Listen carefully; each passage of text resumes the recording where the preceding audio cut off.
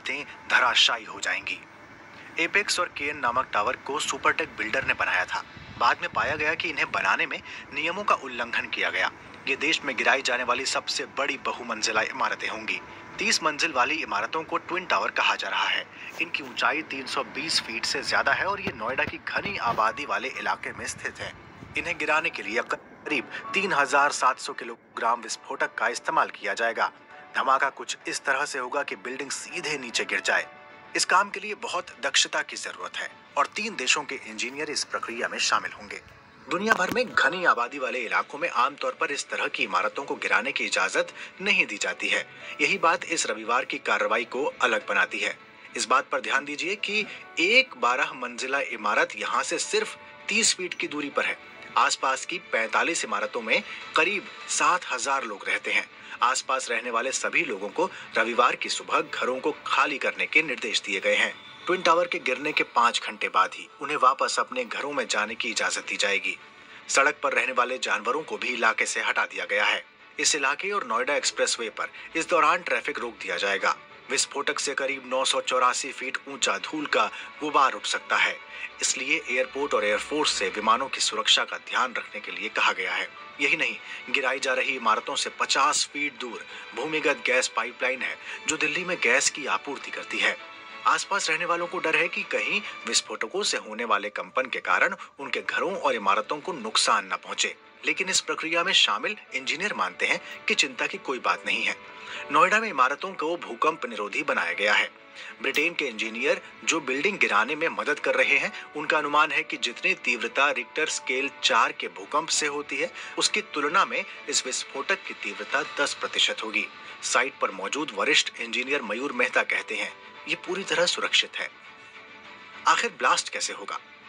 दरअसल रविवार को विस्फोट कराने वाले 6 लोग, जिन्हें ब्लास्टर कहा जा रहा है, और एक पुलिस अफसर को उस इलाके में जाने की इजाजत होगी जिसे एक्सक्लूसिव जोन कहते हैं।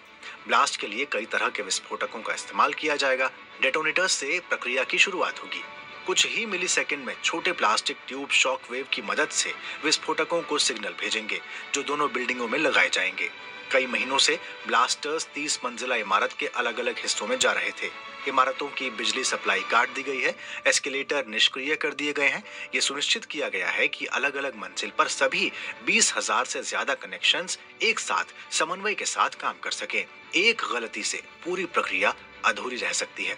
मेहता की 11 साल पुरानी कंपनी के लिए ये बहुत चैलेंजिंग काम नहीं है। उनका कहना है कि वो पहले भी 18 से 20 इमारतों को गिरा चुके हैं। इसमें एक एयरपोर्ट टर्मिनल, एक क्रिकेट स्टेडियम, एक ब्रिज और एक बड़ी कंपनी की चिमनी शामिल है। उनका कहना है कि बिहार में गंगा नदी पर बने पुल को गिराना इससे मुश्किल था, क्योंकि वहां ये सुनिश्चित करना था कि मलबा नदी में न गिरे। ट्विन टावर से करीब 30,000 टन मलबा निकलने की उम्मीद है। ये भी सुनिश्चित करने की कोशिश की गई है कि मलबा बाहर ना फैले और आसपास के लोगों और इमारतों को नुकसान न पहुंचे। करीब 1200 ट्रक मलबे को रिसाइकलिंग के लिए ले जाएंगे। रिसाइकिल होने में 3 महीने तक का समय लग सकता है। मेहता कहते हैं, धूल जल्दी ही बैठ जाएगी, लेकिन मलबा हटाने में समय लगेगा।